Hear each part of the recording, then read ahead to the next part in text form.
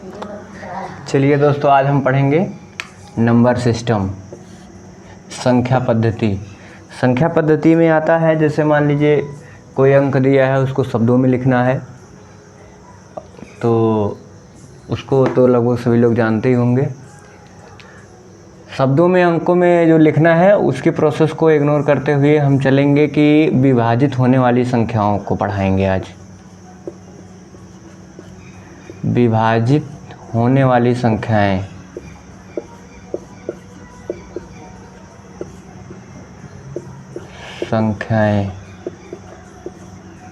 मतलब ये है कि जैसे कौन सी संख्या है जो 2 से विभाजित होगी, फिर 3, फिर 4, 5, 6, 7, 8 और 9, फिर 11, फिर 11। यानी कि 2 से, अगर मान लीजिए कोई एक बहुत लंबा चौड़ा संख्या दिया है तो उसमें हमको पता करना है कि 2 से विभाजित होगी कि नहीं। तो हम क्या फार्मूला लगाएंगे? अगर कोई लंबा चौड़ा संख्या दिया हो और पूछ ले कि 3 से विभाजित है कि नहीं, तो हम कौन सा फार्मूला लगाएंगे? फिर 4 से विभाजित है कि नहीं पूछेगा तो कौन सा फार्मूला लगाएंगे? ऐसे ऐसे करके इन सभी के अलग अलग फार्मूले बने हैं। तो आज देखते हैं कि आज हम कितना कवर कर पाते हैं। जैसे मान लिया, अगर दिया जाए 2, 8, 7, 9, 5, 4, 3, 2, 1, 7, 9, 8, इतना लंबा संख्या दिया है और अगर पूछ ले कि यह संख्या 2 से विभाज्य है कि नहीं, तो इस पूरा को भाग देने में ज़्यादा समय लगेगा। तो इसके लिए हम फार्मूला यूज करेंगे कि लास्ट का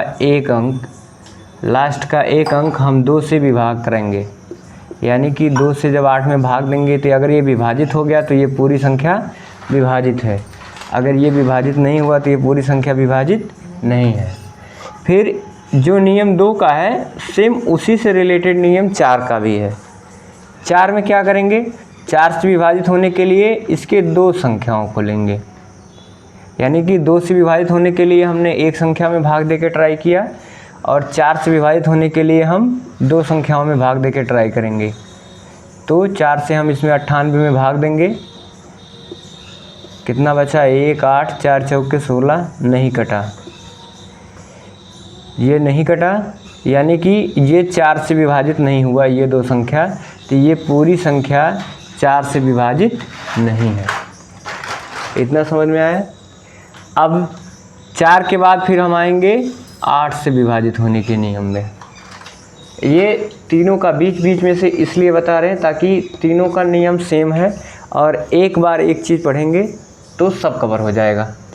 फिर 8 से भी भाग देने के लिए हम 3 संख्याओं को लेके चलेंगे, यानी कि 8 भागा 7, 9, 8। 8 से इसको भाग देंगे, अगर ये कट गया तो ये पूरी संख्या 8 से कट जाएगी, अगर ये नहीं कटा तो ये पूरी संख्या 8 से नहीं कटेगी।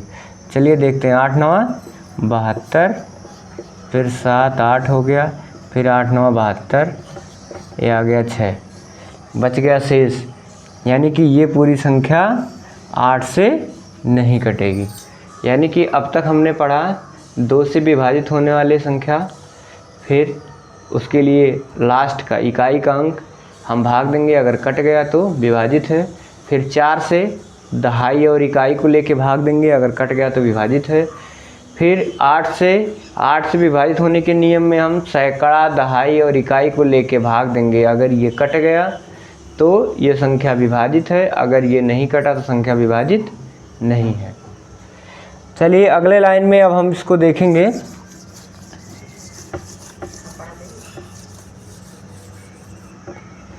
अब इसको देखेंगे हम 3 से विभाजित होने के क्या नियम है, फिर 9 से। यानी कि अब की बार जो नियम है 3 और 9 का नियम सेम है। 3 का जो नियम होगा वही 9 का होगा। जैसे हमने मान लिया है 2, 8, 7, 1,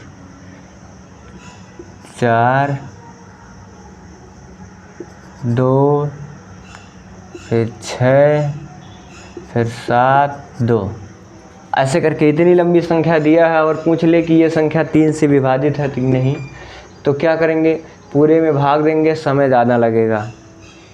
और अगर ये पूरी संख्या को 9 से विभाजित होने के लिए दे दिया तो पूरे में भाग देंगे, समय ज़्यादा लगेगा।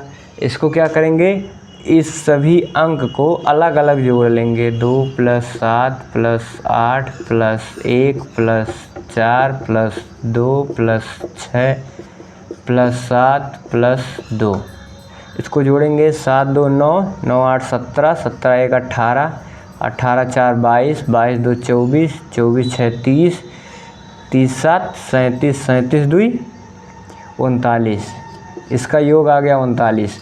अब इस 39 में हम 3 से भाग देंगे। अगर विभाजित हो गया तो ये पूरी संख्या विभाजित है, अगर नहीं हुआ तो ये पूरी संख्या विभाजित नहीं है। फिर वही काम 9 से, इसको जोड़ेंगे, फिर जो आएगा उसको हम 9 से भाग देंगे। अगर ये विभाजित हो गई तो पूरी संख्या विभाजित है, अगर ये विभाजित नहीं हुआ तो पूरी संख्या विभाजित नहीं है। ये हो गया 2 3 4 8 और 9, इतना हमने कवर किया। अब आगे देखेंगे कि 5 6 7 और 11। 5 से विभाजित होने के लिए सबसे आसान है, जैसे मान लिया जाए ये संख्या दी हुई है 1 4 2 6 7 2। अगर इसके इकाई के स्थान पे 0 आ जाए या 5 आ जाए, इसमें कुछ नहीं करना, ना जोड़ना है, ना घटाना है, ना भाग देना है, कुछ नहीं करना है। बस इकाई के अंक पे देखना है। अगर 0 आ गया या 5 आ गया तो 5 से विभाजित है, अगर 0 या 5 नहीं है तो 5 से विभाजित नहीं है। जैसे ये संख्या, इसके लास्ट में 2 है, यानी ना 0 है ना 5 है, तो ये 5 से विभाजित नहीं है। लेकिन इसके बाद अगर हम 0 लगा देंगे तो यह संख्या 5 से विभाजित हो जाएगी, और इसके बाद अगर हम 5 लगा देंगे तो ये संख्या 5 से विभाजित हो जाएगी। लेकिन इसके बाद अगर हम 1 लगा देंगे तो ये पूरी संख्या 5 से विभाजित नहीं होगी। चलिए 5 का हो गया। अब 6 से विभाजित होने के लिए देखेंगे तो देखिए 6 से विभाजित होने के लिए 6 से वही संख्या विभाजित होगी जो 2 से विभाजित हो जाए प्लस 3 से विभाजित हो जाए। मतलब अगर कोई संख्या दिया, जैसे मान लिया जाए 42 है। अब ये संख्या लास्ट में 2 से भाग देंगे, ये संख्या 2 से भी कट जाएगी, प्लस 3 से भी कट जाएगी। ये जब 2 और 3 से भी कट जाएगी तब वो संख्या 6 से कटेगी। यानी कि अगर 2 से विभाजित हो रही है, 3 से नहीं विभाजित हो रही, तो 6 से नहीं कटेगी। फिर 3 से विभाजित हो जा रही है, 2 से नहीं विभाजित हो रही है, तो 6 से नहीं विभाजित होगी। यानी कि जब 2 से भी विभाजित हो और 3 से विभाजित हो तब वो संख्या 6 से विभाजित हो जाएगी। अब ये 6 से विभाजित हो गए। अब फिर आएंगे 11 में, 7 को अभी बाद में बताएंगे। 11 से विभाजित होने का क्या नियम है? जैसे हमने माना कि ये संख्या 1 दी हुई है, यह एक संख्या है, इसमें हम विषम स्थानों 1 3 5 7 9 11 यानी कि विषम स्थानों के अंकों का योग, फिर उसके बाद सम स्थानों के अंकों का योग, इसको जोड़ेंगे तो 2 8 10, 10 4 14, 14 6 20, 20 2 22, 22 5 27। उसके बाद में 7 1 8, 8 2 10, 10 7 17, 17 0 17, 1 18, ये 18 हो गया। अब हम क्या करेंगे, इस विषम स्थानों के अंकों का योग में से सम स्थानों के अंकों को योग को घटाएंगे। जो उत्तर आएगा, 27 में से 18 गया 9, ये जो उत्तर आएगा वो 11 से विभाज्य आ जाए, 11 से विभाजित हो जाए या 0 आ जाए। यानी कि विषम स्थान पे जो अंक दिया है उसको जोड़ेंगे, सम स्थान पे जो अंक दिया है उसको जोड़ेंगे, दोनों को घटाएंगे। दोनों को घटाने के बाद जो उत्तर आएगा वो अगर 11 से विभाज्य है तो ये पूरी संख्या 11 से विभाज्य होगी।